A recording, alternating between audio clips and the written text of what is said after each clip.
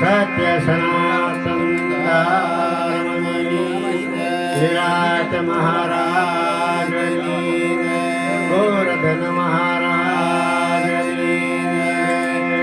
સર્વે સંતની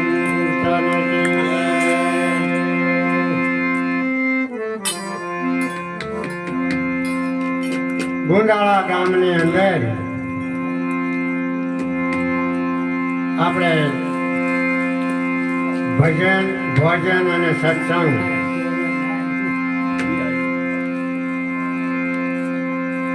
કાળજી મહારાજ થઈ ગયા. ગુરુ મહારાજને એને દયા થઈ અને એને આવેલા ખેલું અહીંયા આખરી સત્સંગમાં ત્યારે એને બહુ એનો પ્રેમ ભાવ અને આમ ખીલી ઉઠે એમ આવી ત્યારે એને આમ મોજ એટલી આવી જાય.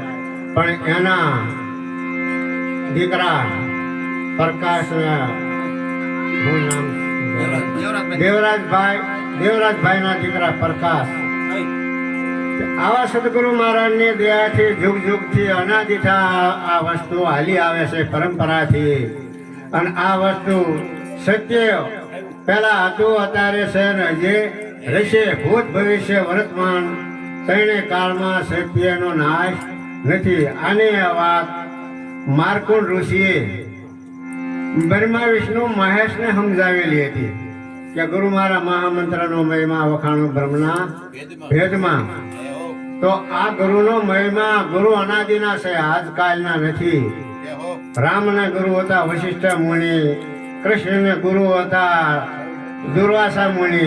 એ બધાને આપણા એક જ વાત સમજાવેલી છે. અત્યારે એની વાત આપણને સમજાવી છે કે એમાં કોક એ ગુરુને શરણે જાય અને કોકને બહુ અઘરી વાત છે અને કોકને જ ઉતરે છે અને કોક જ હીરા થાય છે. ને આ હીરાનો પ્રકાશ ક્યાંક ક્યાંક પડ્યો છે.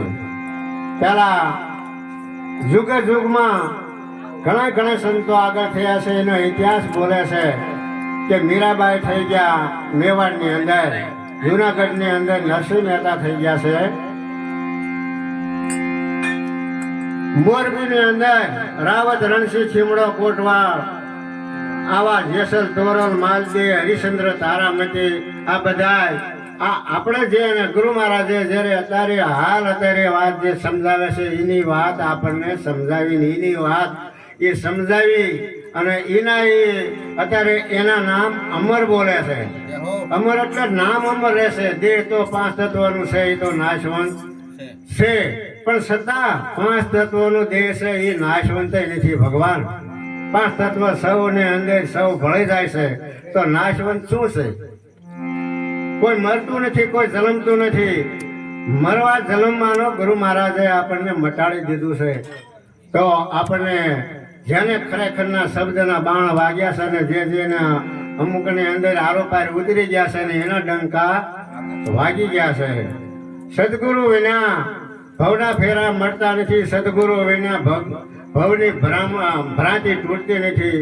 કોઈ જપ કરે, તપ કરે, તીરથ કરે, વ્રત કરે અપાર, સદગુરુ વિના કદી પામે નહીં ભવ પાર. કાશી જાય, મથુરા જાય, ગંગા ગોમતી નાય, સદગુરુ વિના એનો ફોગટ ફેરો થાય ને થાય.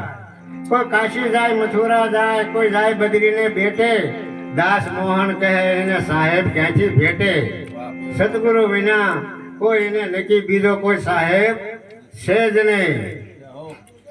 નામનગર નવખંડમાં નિરાત નિર્ગુણ દેશ, અમર ફળતા નીપજે વર્ષે મેઘ હમેશ. નામ છે ને આ નવખંડમાં ગુંજી રહ્યું છે. નામ વિના કોઈ આટલી વસ્તુ બાકી નથી. જનક રાજાને એવી અષ્ટાવક્ર ઋષિએ પરીક્ષા કરી હતી. આપણે એવું જાજુ તો નથી કહેવું, પણ એ કે તું એક નકામી વસ્તુ લઈ આય. જનક રાજા તો હોશિયાર કરીને પાછા આયા હતા. નકામી વસ્તુ તમે આ જગતની અંદર કોઈ નકામી વસ્તુ ગોતી દો. નામનગર નવખંડમાં નિરાત નિર્ગુણ દેશ, અમર ફળ ત્યાં નીપજે અને વર્ષે મેઘ હમેશ.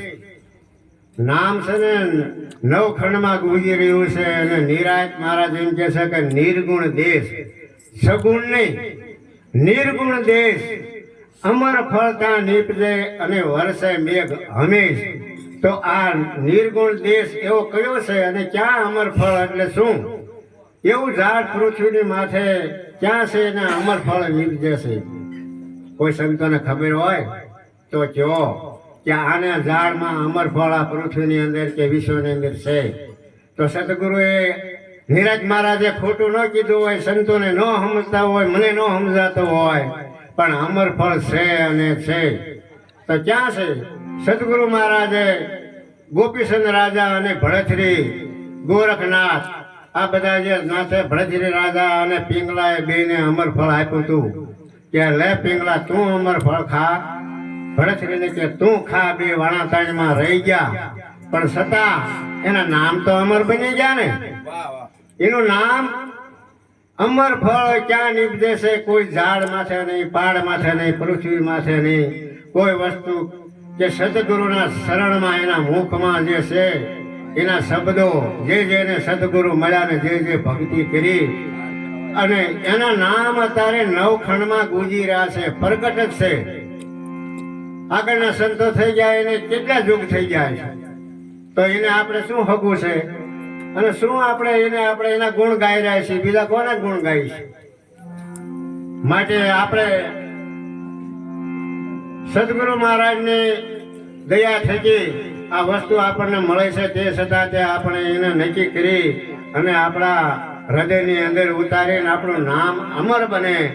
એ અમર બનાવવું તો બહુ મુશ્કેલ છે. જે જેની કસોટી જેને સંતોએ આગળ કરી છે, પણ એ દોર સુરતાના દોર એને તૂટ્યા નથી. એ દોરી માથે જે હાલ્યા છે એવા સંતો જ અત્યારે પ્રગટ થઈ ગયા છે અને પ્રગટ પૂજાઈ રહ્યા છે. માત પિતાએ જન્મ આપ્યો, સદગુરુએ આપી શાન. દાસ મોહન કહે અમને પ્રગટ મળ્યા ભગવાન. પ્રગટ એટલે હાલતો ચાલતો બોલતો ખાતો પીતો એક આ મનુષ્ય દેહ છે. તો મનુષ્ય દેહ વિના કે આત્મા કે પરમાત્મા કોઈ બોલવાનું છે મનુષ્ય દેહ વગર? તરવાર હોય તો તરવાર ને ઉઘાડી તરવાર નથી હાલતી, એનો ઉઘાડી તરવાર નો મૂલ ન થાય, પણ છતાં એને ઢાંકવી પડે છે. શા માટે ઢાંકવી પડે છે? તો એને એનું સત્યને જાળવવા માટે એને જ્ઞાન જોઈએ. તો આપણે માટે કૃષ્ણ ભગવાને અર્જુનને કીધું છે કે હે અર્જુન, હું મારી ત્રિગુણી માયાને ઓથે છુપાયેલો છું. કોઈ એવા મારા તત્વજ્ઞાની તત્વદર્શની હોય એવા સંતો પાસે જઈ અને તું મારું સ્વરૂપને નક્કી કરી લે. આ ત્રિગુણી માયા એટલે આપણે શરીર છે ને, ત્રિગુણી માયાને અંદર આ જે હાલતો ચાલતો બોલી રહ્યો છે એ પોતે પ્રગટ જ બોલે છે, ભાળે છે, સાંભળે છે, ચાલે છે, ખાય પીવે છે, છતાં બોલે છે. એ ભળાય છે? નહીં ભળાય. આની અંદર હું તો વેલનાથ ને તમને વાત કરું કે વેલનાથ એ આગળ અત્યારે હજી એને કોઈક સંતો એવા કહે છે કે વેલનાથ એવા હતા કે સલમ હોહારા થઈને નીકળી ગયા. તો આપણે આમાં આ વાયર હોહારા થઈને નીકળી નાખા 100 ગૌની વાટે સંભળાય. માયક ની અંદર માયક બોલે છે તો વાયર વગેરે માયક બોલે, કરંટ વગેરે માયક બોલે. આપણે બોલી છીએ હાલે છે ને, તો આપણો જે સ્વર છે કેવો છે? ઝીણો નહીં, જાડો નહીં, પાતળો નહીં, આવે નહીં, જાય નહીં, ભાંગે નહીં, તૂટે નહીં, અજર અમર ને અવિનાશી છે. એ બોલી રહ્યો છે બધામાં ઘટોઘટ. તો આ વાયર હોરો થઈને બહાર બોલે છે ને, તો કેવો ઝીણો છે? આ નક્કી થાય એવો છે? હમણે કીધું ને, દેખંદા કોઈ આ દલમાં, પરખંદા કોઈ આ દલમાં, કે જણણ જણણ જણ ઝાલરી વાગે. આ ભગવાનની જે પરમાત્માની જે ઝાલરી વાગી ધરી છે સંતોજીએ 10મે મોલે કે ઓ દેખાય 9 દરવાજા 9 રમત કા 10મે મોલે જો દેખાય જણણ જણણ જણ ઝાલરી વાગે. પણ 10મે મોલે જેને પોગે એને ઝાલરી સંભળાય છે. મુંબઈ આપણે ન જોયું હોય, મુંબઈ ગયો હોય એ વાત કરે તો આપણે કે હા ભાઈ હશે. શું કે આપણે પહોંચ્યા નથી. એવા આગળ જે સંતો પહોંચ્યા છે ને, આ એના ડંકા ને એની ઝાલરી વાગી રહી છે. જે આપણે અત્યારે આમાં મચી રહ્યા છે સદગુરુ મહારાજની દયાથી જેટલી મહેનત કરશું ને તો એટલે આગળ જાશું તો એ ઝાલરી આપણને સંભળાશે.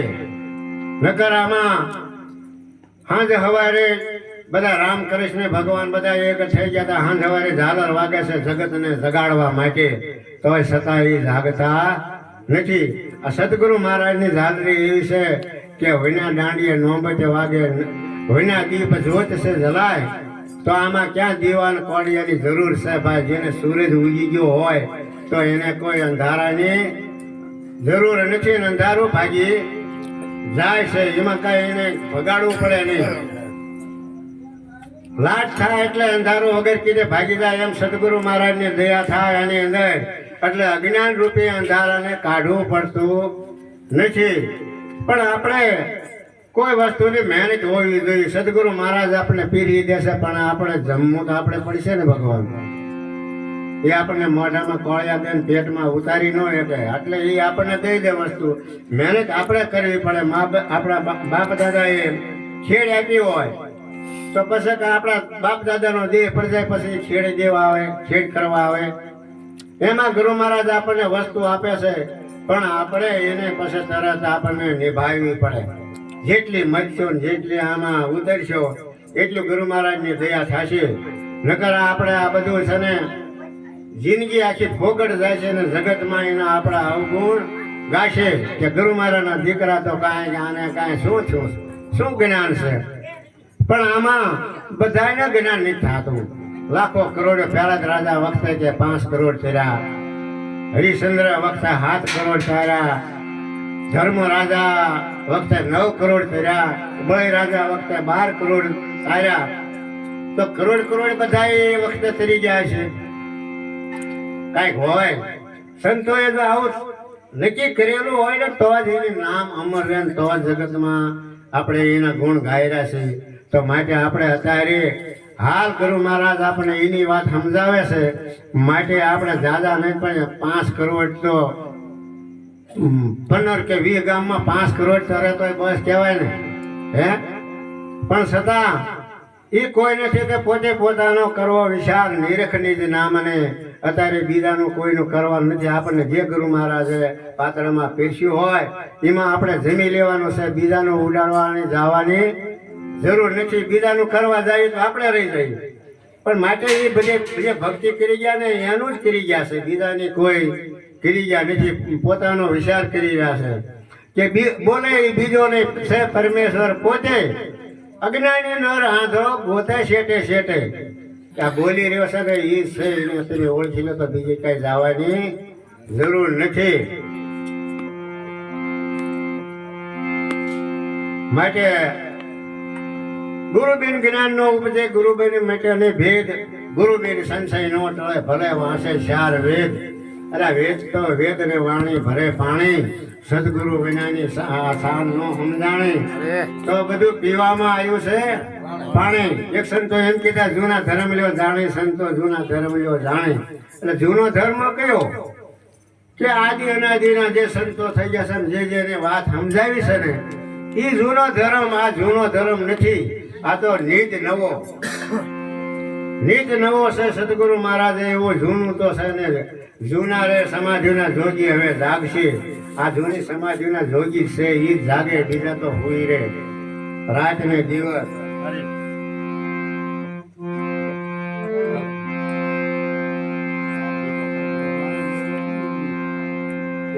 પૂરું થયું.